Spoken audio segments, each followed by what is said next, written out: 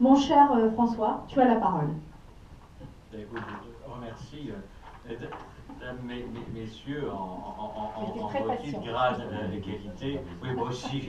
Le problème, vous savez, c'est que le mardi, c'est le jour le plus facile pour attaquer les sénateurs, mais c'est aussi celui où les sénateurs sont confrontés à plusieurs invitations ou convocations simultanées. Moi-même, je dois me rendre à la délégation aux collectivités territoriales. Bon, donc nos emplois du temps sont assez compliqués.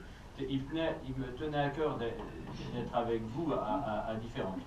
D'abord, effectivement, pour parler au nom du groupe UMP. Alors, s'il n'y a pas au sein du groupe UMP de position en tant que telle, parce que notre groupe respecte toujours sur les sujets de société une clause de conscience. Et donc, nous n'avons jamais de vote contraint au groupe UMP. C'était pareil avant au sein des groupes UDF, RPR, ça, il y a toujours eu soit des questions comme l'IVG, la peine de mort, des questions de bioéthique.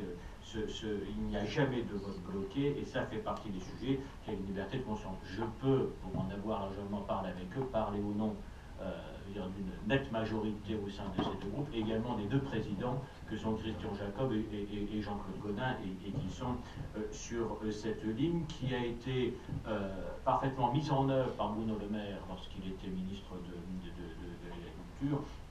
Donc il est la ligne absolument majoritaire. Mais au départ, regrette, je dirais à mes collègues que je crois qu'il ne faut pas esquiver le débat au motif qu'il y a des sujets plus graves. Oui, il y a des sujets plus graves, cela dit, parler de la souffrance animale ou parler de l'exercice du culte dans notre République reste un sujet, même s'il y a des usines qui ferment ou si la population syrienne est massacrée.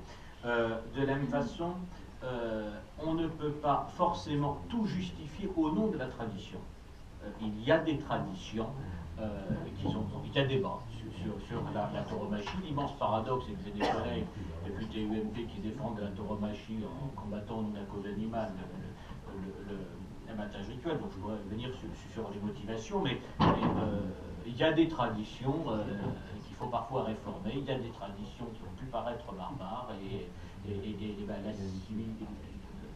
l'espèce humaine, dans sa marche en avant de la barbarie vers l'humanité, vers la civilisation, et bien abandonner certaines traditions fort heureusement. Donc l'argument de la tradition en lui-même ne me convient pas. Et j'aborderai même pas l'argument économique, qui tient aussi.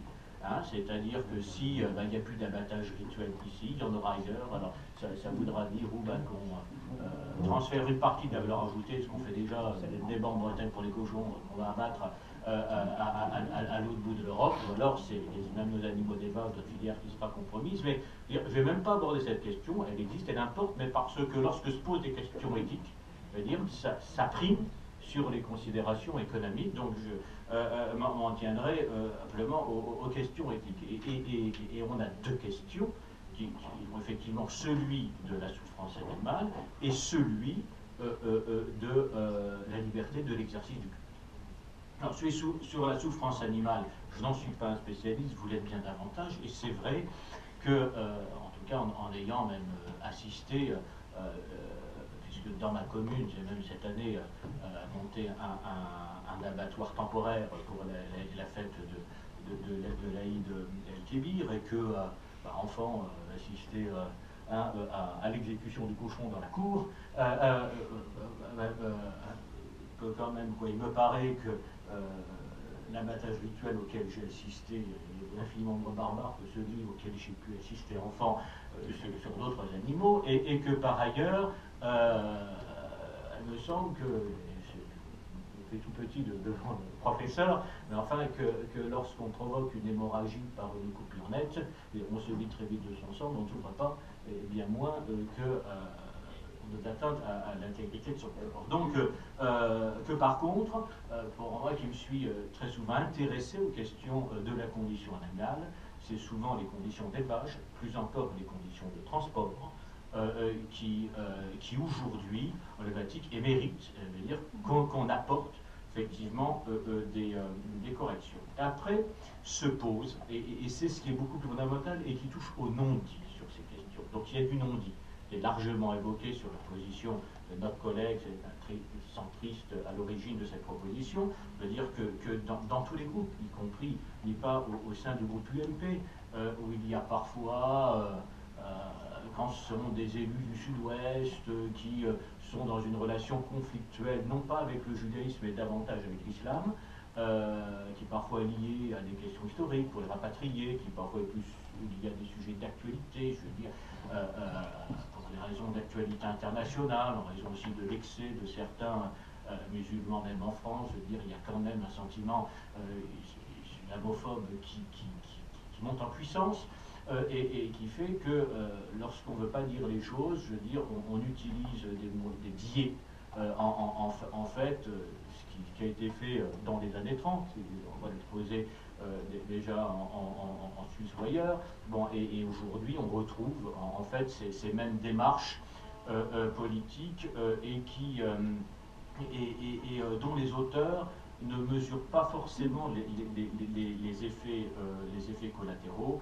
Et je crois que donc, il ne faut en aucun cas esquiver le débat, il faut le poser complètement, celui de la condition animale et celui de la liberté d'exercice du culte. Et il me semble que beaucoup de nos concitoyens, à la fois aujourd'hui en toute bonne foi, surestiment la souffrance animale dans l'abattage rituel et d'autre part mésestiment le caractère religieux de l'abattage. Parce que ce n'est pas, je veux dire, dans la culture dominante chrétienne, dire que cela se sait. Et donc, beaucoup ont un sentiment défavorable à l'abattage sans du tout mesurer que la signification est la même que pour la prière. Et même ceux qui n'envisageraient pas un instant de restreindre le droit à la prière, individuelle ou même collective,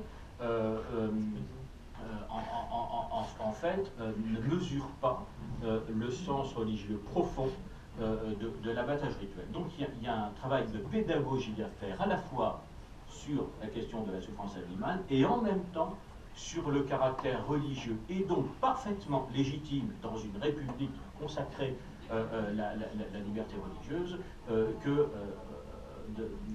à la fois d'autoriser et d'organiser ces pratiques.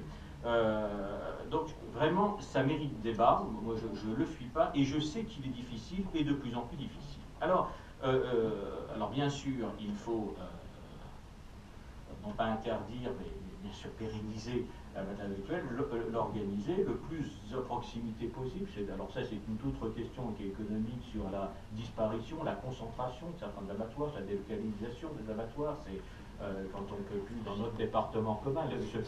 Aujourd'hui, la Seine-Saint-Denis comme la Moselle ont en commun de vous avoir apporté un sénateur et un grand rabbin. Donc les situations, et on a un problème aussi en Moselle, hein, d'abattage. Tous les sénateurs sont venus avec leur rabbin. La merde,